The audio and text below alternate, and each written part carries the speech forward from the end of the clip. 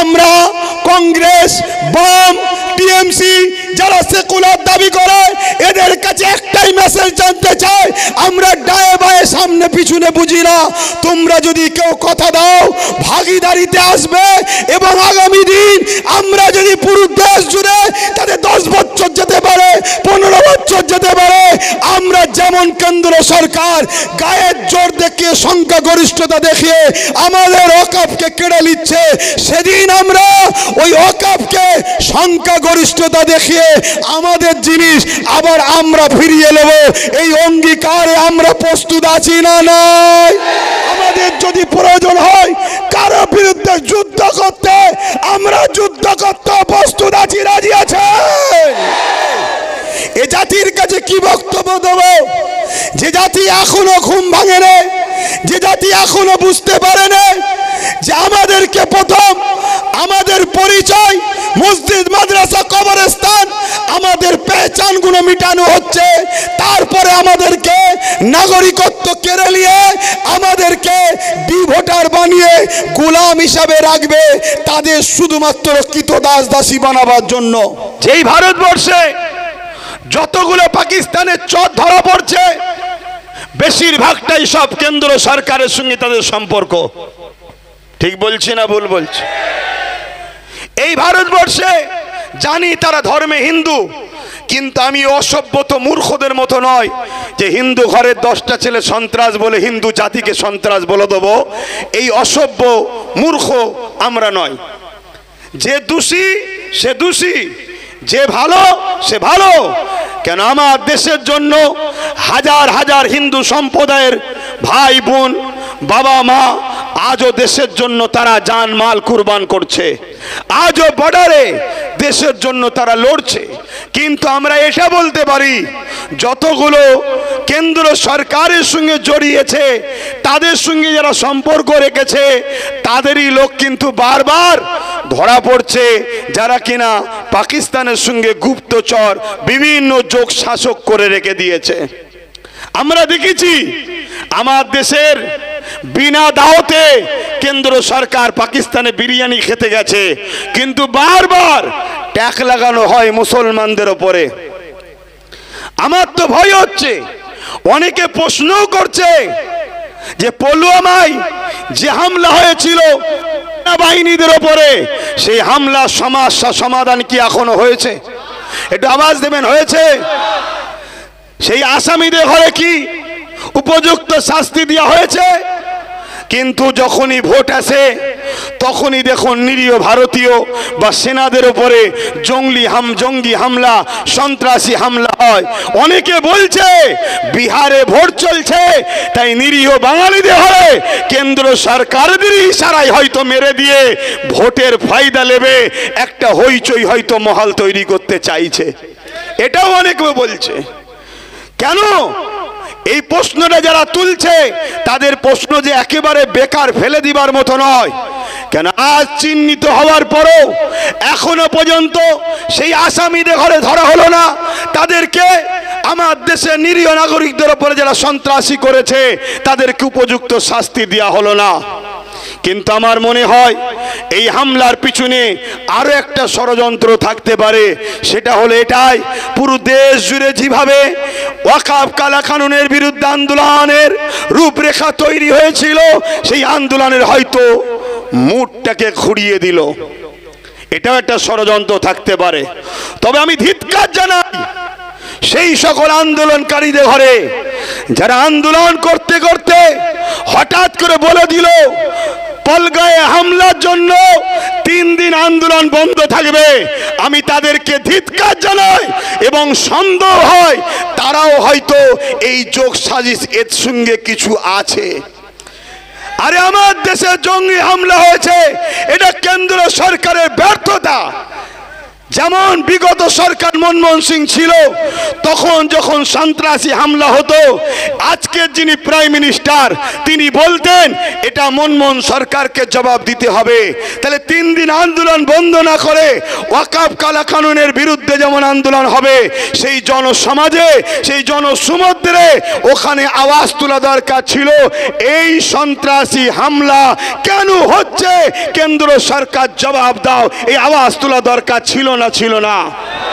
কিন্তু যারা এই 3 দিন আন্দোলনকে বন্ধ করে দিল, এরা সমাজকে দেখাচ্ছে আমরা শোক পালন করছি। এরা শোক পালনের বাহানায় আন্দোলনকে বন্ধ করে দিল, যাতে করে মুসলিম জাতির এই আন্দোলনের যে রূপরেখা নিয়েছে বিজেপি গভর্নমেন্ট, কেন্দ্র গভর্নমেন্ট, হয়তো ওয়াকফ কালা কানুনকে বাতিল করতে বাধ্য হয়। তো এই সুযোগটা লাগিয়ে দিয়ে তারা আন্দোলনকে রুখে দিল। যেমন দ্বিতীয় নম্বর, ওই আন্দোলনে কেন্দ্রের বিরুদ্ধে না, প্রশ্ন চিহ্ন করতে হয়, তাই আন্দোলনও হবে না, প্রশ্নও করতে হবে না। কথা মাথায় ঢুকছে? এখন আসুন দ্বিতীয় যে আমাদের বিষয়, আজকে যে ওয়াকফ কালা কানুন তৈরি হয়েছে, দেখুন এ বিষয়ে বলবো কি, বলার তো আমার কিছু নাই, আর সবই তো আমি বলে দিয়েছি। বিগত দিন থেকে এই ওয়াকফের হয়ে কথা বলতে গিয়ে, মসজিদের হয়ে কথা বলতে গিয়ে, মাদ্রাসার হয়ে কথা বলতে গিয়ে, কবরস্থান খানকার হয়ে কথা বলতে গিয়ে, মুসলিম সমাজের এক শ্রেণী মানুষের কাছে নিজের বাপ মাকেও গাল খাওয়াতে হয়েছে। আমি বলেছিলাম, মনে রাখবেন, লোহা না হলে লোহা কাটা যায় না। ক্ষমতার জোরে সামান্য ভিক্ষা দিয়ে তারা আজকে আমাদের ঘরে গোলামির বশ্যতা স্বীকার করছে। এই ওয়াকফ কালা কানুন যে তৈরি হয়েছে, এর থেকেও বড় ভয়ঙ্কর কানুন আগামী দিন আমাদের জন্য অপেক্ষা করছে। শুধু পানিটা মাপছে, শুধু পানিটা মাপছে কতটা গভীর হয়। ওয়াকফে মুসলিম সমাজের সচেতন কতটা, এরা মসজিদ, মাদ্রাসা, কবরস্থান, ঈদগার জন্য এরা কতটা তৎপর হয়, কতটা আন্দোলন করতে পারে, এটাকে মাপা হচ্ছে। এরপরে একটা আইন আসছে চলেছে, সেই আইনটার নাম হলো ইউনিফর্ম সিভিল কোড, ইউসিসি। সেই আইনে কি হবে? আজ মসজিদ চলে যাচ্ছে, আপনি ভাবছেন মসজিদ বানিয়ে নেব। আজ মাদ্রাসা চলে যাচ্ছে, আপনি ভাবছেন বানিয়ে নেব। আজ কবরস্থান চলে যাচ্ছে, আপনি ভাবছেন আমার ঘরে কবর দেব। কিন্তু মনে রাখবেন, ইউনিফর্ম সিভিল কোড আসছে, যেখানে আপনার জন্য কোরআন ব্যান্ড হবে, যেখানে আপনার জন্য নামাজ ব্যান্ড হবে, যেখানে আপনার জন্য রোজা ব্যান্ড হবে, যেখানে আপনাকে ইসলাম ধর্মের কালচার করতে পারবেন না। আপনি আপনার ধর্মীয় কালচারে যে বিবাহ করছেন, ওই বিবাহ চলবে না। এক দেশ এক আইন, সেই আইনটা হলো কি, আমার দেশের রাজা হবে, রাজা যা করবে তাই হবে। আমার কথা শুনছেন আপনারা? বিগত দিন যা বলেছিলাম আজ ঘটছে, আজ যা বলছি আগামী দিন ঘটবে। বড় পাওয়ারের সাথে বলছি ঘটবে। হ্যাঁ, এটাকে রুকা যাবে। এটাকে রুখতে গেলে সর্বপ্রথম আমাদেরকে অঙ্গীকারবদ্ধ হতে হবে। এই মাইকে কথা বলার নয় ভাই, কথা বুঝে আসছে তো? আজকের দিনটা আমি ছুটি পেয়েছিলাম, ঘরের সময় দিইনি, পরিবার, বাচ্চা, মা বাপের সাথে সময় দিইনি, আবার বেরিয়ে পড়েছি। আজকে ওটা দেবে,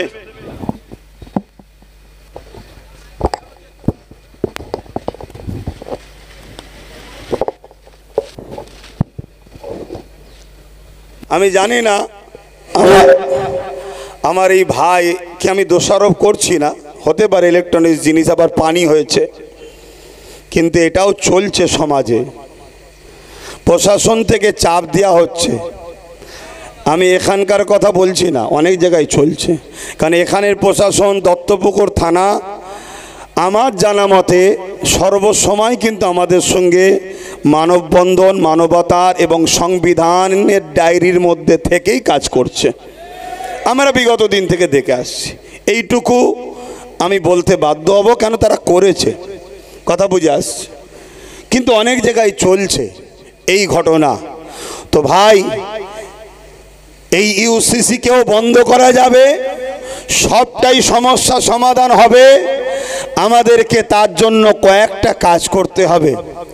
প্রথম নম্বর কাজ হলো, আমরা যেমন দৈনিক খাই, আমরা বুঝতে পেরেছি না খেলে বাঁচব না, আমাদের প্রতিজ্ঞাবদ্ধ হতে হবে জীবন দিয়ে হলো সংবিধান বিরোধী কালা কানুন ওয়াকাফকে বাঁচাবো। আমরা এই আইনকে আমরা কোনোভাবে লাগু হতে দেব না।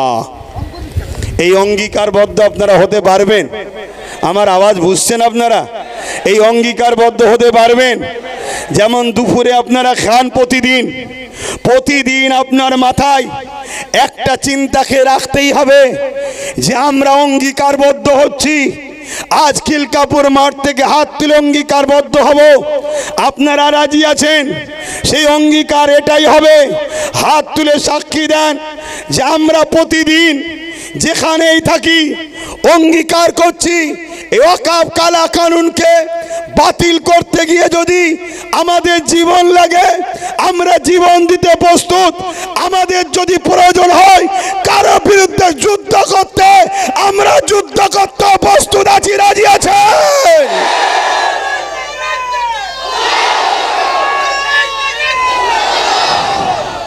আর একটা কথা বলি, হাত না বান, কেন এতটা অঙ্গীকারবদ্ধ হতে হবে? একদিকে যেমন আমাদের ধর্মীয় অধিকার, আর ধর্মীয় অধিকারটা যে সংবিধান দিয়েছে সেই সংবিধানকে বাঁচাবার লড়াই।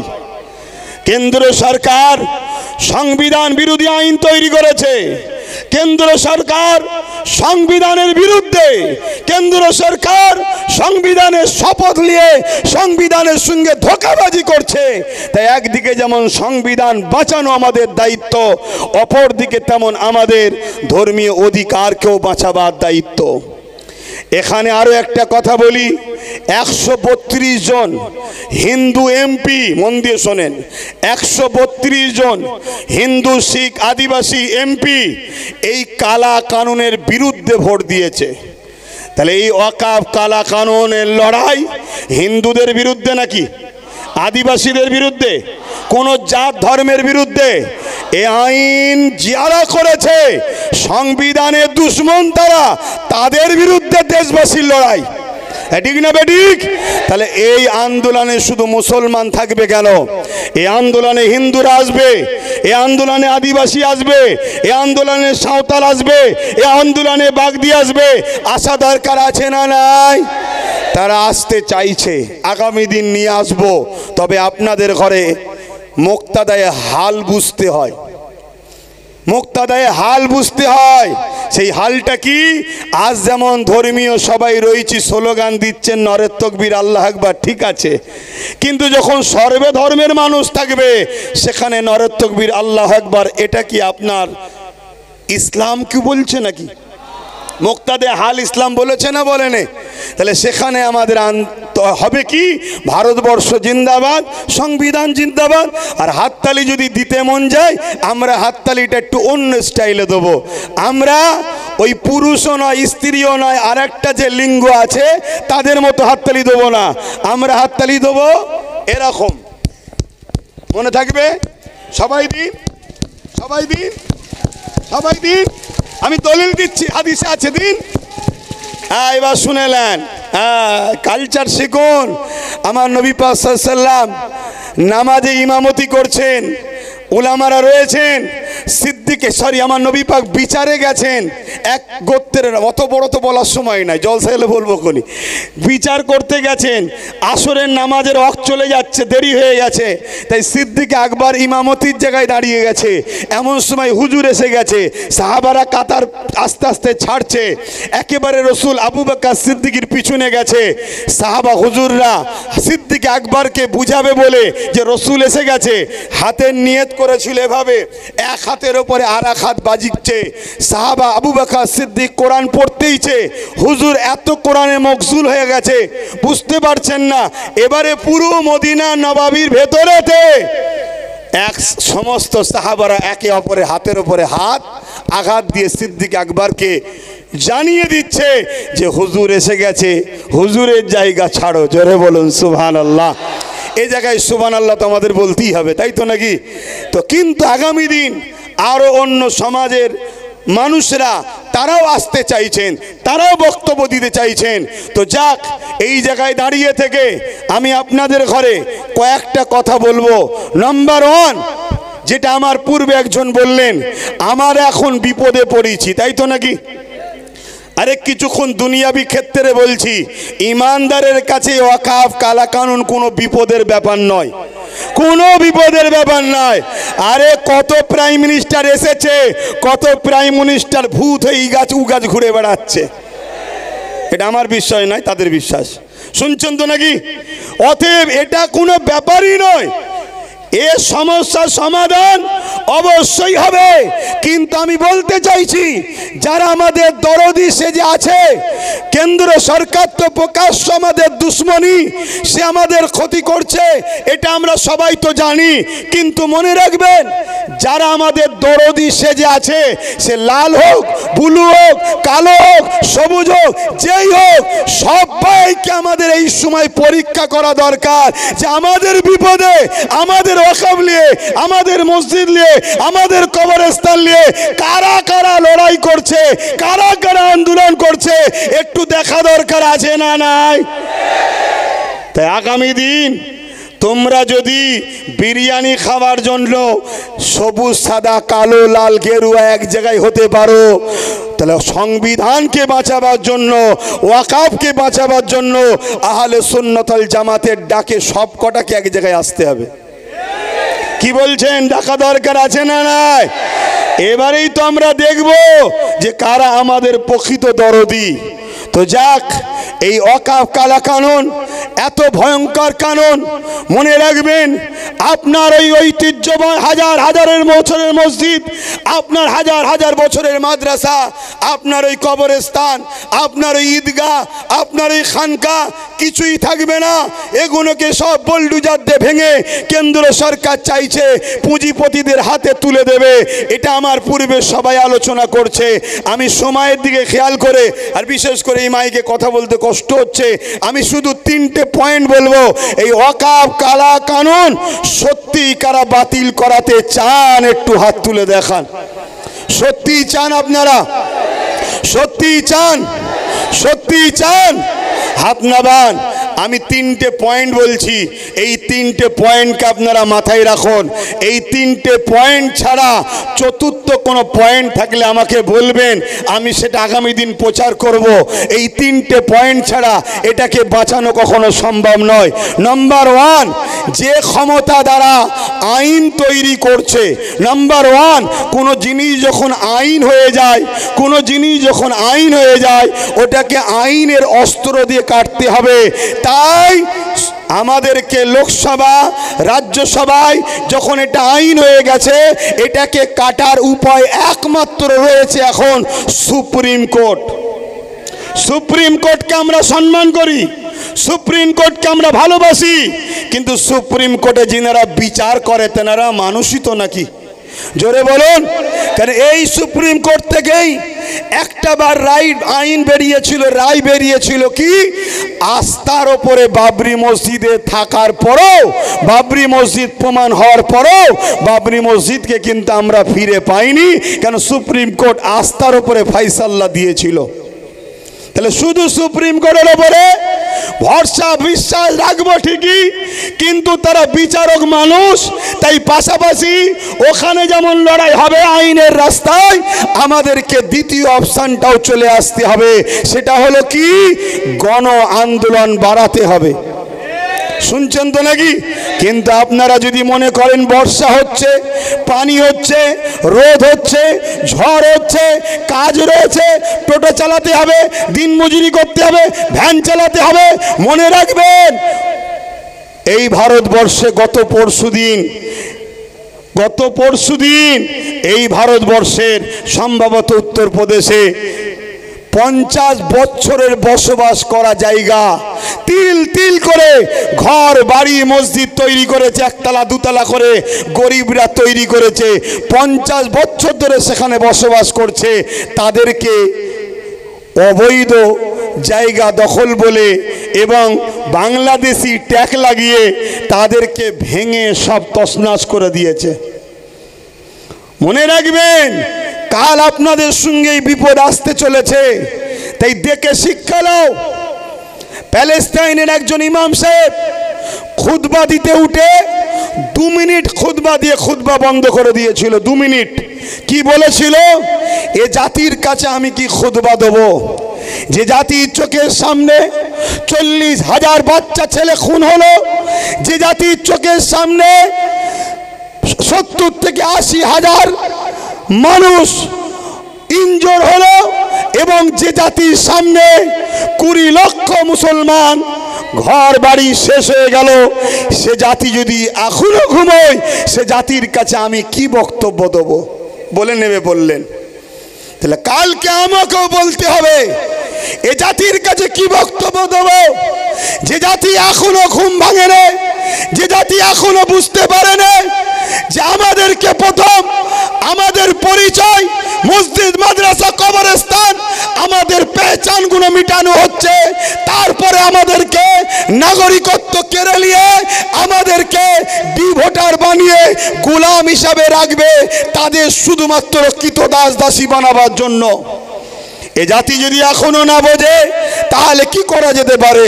তাই দ্বিতীয় নম্বর, কর্মজীবন যেমন করতে হবে, ঠিক তেমনি এই দেশে নিজেদের ঐতিহ্য বেঁচে থাকার জন্য সংবিধানকে সামনে রেখে আন্দোলন আরো বাড়াতে হবে। ওই আন্দোলন কাদের পিছনে করবেন সেটা আপনাদের ঘরে একটু জাগতে হবে, ভাবতে হবে, সেটা আপনারা ভাবুন, কিন্তু আন্দোলন করতে হবে। কেন আন্দোলন এখানে যত বাড়াবেন এর প্রভাবটা দিল্লিতে পড়বে, তখন কোর্টের ফাইসাল্লাটাও একটু ভালো দিকে যাওয়ার সম্ভাবনা হবে। শুনছেন তো নাকি? হ্যাঁ, শেষ কথা বলে যাচ্ছি। 3 নম্বর, এই আন্দোলন নিয়ে আরো একটা কথা বলি। এখানে আমার ভাইয়েরা বারবার বলছিল 2% শিখের আন্দোলন, 3% শিখের আন্দোলন কামিয়াবি হয়েছে, তাহলে আমাদেরটা হবে না কেন? আমি একটা কথা ধরিয়ে দেবো সম্মানার্থে, আমরা শিখ নয় তাই আমাদেরটা হবে না, আমরা শিখ ধর্মের নয় তাই আমাদেরটা হবে না। যদি বলেন কেন? আমরা শিখ ভাইয়েরার যে আদর্শের উপরে চলছে, আমরা ওই আদর্শ থেকে অনেক দূরে সরে গেছি। আজকে তারাও নীতি থেকে বিসর্জন হয়নি, আর আমরা মুহাম্মদ সাল্লাল্লাহু আলাইহি ওয়াসাল্লাম অনুসারী দাবি করছি ঠিকই, কিন্তু আমরা নীতি থেকে বিক্রি হয়ে গেছি। তারা এজন্য সাকসেসফুল হতে পেরেছিল, তাদের পিছনে পাঞ্জাব সরকার সাথ দিয়েছিল, তাই তারা কামিয়াবি হতে পেরেছিল। কিন্তু আমরা, আমাদের সরকার উপরন্ত সাথ তো দেবে না, বলছে দিল্লি চলে যাও। এখনো তোমরা গ্রামে গ্রামে দেখো, তোমাদের গ্রামের অনেক মুসলমান রাজ্য সরকারের এখনো চাটুকারিতা করছে। তাহলে বলো আমরা কি করে কামিয়াবি হব? তবে হ্যাঁ, আমি মনে করি যদি আমরা 5% মজবুত হতে পারি, এই অঙ্গীকার নিয়ে জীবন দেবো, আইন হতে দেবো না, ইনশাল্লাহ প্রথম লাইনে আমি দাঁড়াবো, তারপরে তোমরা দাঁড়াবে। বুলেটের গুলি খেতে হয়, আগে খাবো আমি মসজিদ মাদ্রাসা কোরআন সংবিধানের জন্য।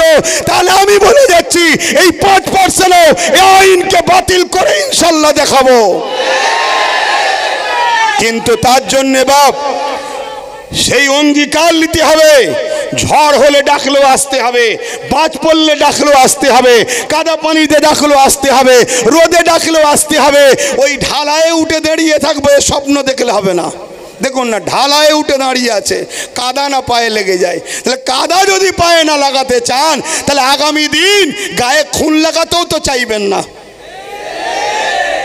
কথা বুঝছেন না? বোঝেন না? সে নিজের হোক আর দুশ্মনের হোক, লাগাতে তো চাইবেন না। তাহলে কি করে হবে? কথা কি খারাপ লাগছে?